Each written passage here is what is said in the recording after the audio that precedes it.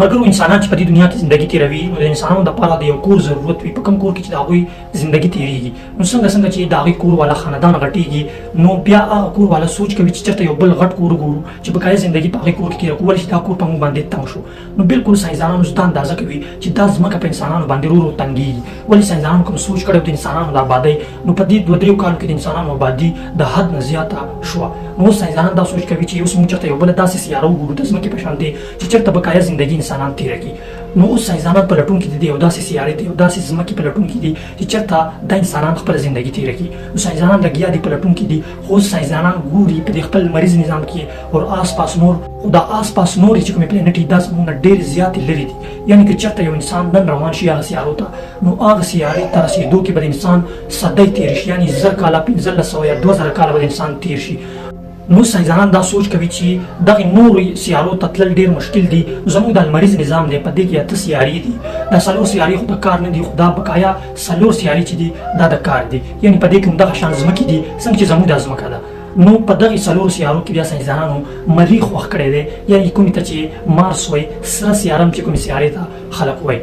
اوس ساینسدانان د ناسا او د سپیس ایکس ساینسدانان په دغه مارس باندې ریسرچ کوي او باقاعده تحقیق پې جاري دی. ساینسدانانو خپل روبوټس لیږلي دي، روورز یې لیږلي دي چې په هغه سیاره باندې لګیا دي، شپه ورځ تحقیق کوي او سیګنل یې رالیږي دنیا ته. او په دغه سیاره باندې ریسرچ جاري دی. مختلف قسم ته روبوټس دي چې هغه د وخت سیګنل رالیږي دنیا ته چې نن مو دا غر وموندو او نن مو دلته داسې کنده ومونده په مارس باندې په سره سیاره باندې نن مو دا شی دریافت کړو. خو ساینسدانان لګیا دي په دغه سیاره باندې ریسرچ کوي. تر اوسه پورې انسانان نه دي تللي دغه سیارې ته، خو باقاعده روورز او روبوټس روان دي، ورځ په ورځ په دغه سیاره باندې ریسرچ جاري دی.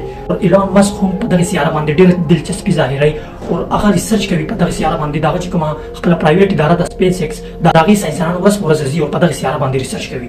نو دا ممکنه ده چې په راتلونکي وختونو کې په دغه سره سیاره باندې ژوندۍ ممکن شي، ولې چې ساینسدانان ډېره زیاته دلچسپي لري په دغه مارس باندې، په دغه سیاره باندې. کیدای شي چې راتلونکي په یو څو کالو کې په دغه سیاره باندې ساینسدانان څه داسې ریسرچ وکړي چې په دغه سیاره باندې باقاعده د انسانانو ژوندۍ اسانه شي. په دغه سیاره باندې د اکسیجن مقدار ډېر زیات کم دی، ولې چې ونې بوټي نشته او دا سیاره سوځېدلې ده، ډېره زیاته ګرمه شوې وه. د ساینسدانانو مطابق نن نه بلیونز اف کال پیله چې د دغه سیارې سره یو بله سیاره وجنګېده نو دا سیاره مکمل تباه شوه. ساینسدانان اندازه لګوي چې په دغه باندې څه مخلوقات هم وو، هغه هم بالکل غرق شو د هغې اکسیډنټ سره. خو ساینسدانان دا وایي چې په دغه سیاره باندې به داسې انسانانو ژوندۍ ممکن کوو او په دغه سیاره باندې به راتلونکي یو څو کالو کې انسانان خپله ژوندۍ تېروي. نو دا د ساینسدانانو یو ډېر غټ ریسرچ دی په دغه سیاره باندې. نو الله دې وکړي چې ساینسدانان کامیاب شي په دې ریسرچ کې او دا مارس د انسانانو دویم کور شي. ایلان مسک وایي چې 2030 یا 50 پورې به په دغه سیاره باندې انسانانو ژوندۍ بالکل ممکن وي، ولې چې په دغه سیاره باندې څه واوره ده او هغه واوره چې ویلی شي نو د هغې نه ډېرې غټې غټې سمندرې جوړېدی شي، نو چې چېرته اوبه وي نو هلته بیا د ژوندۍ آغاز هم کېدلی شي.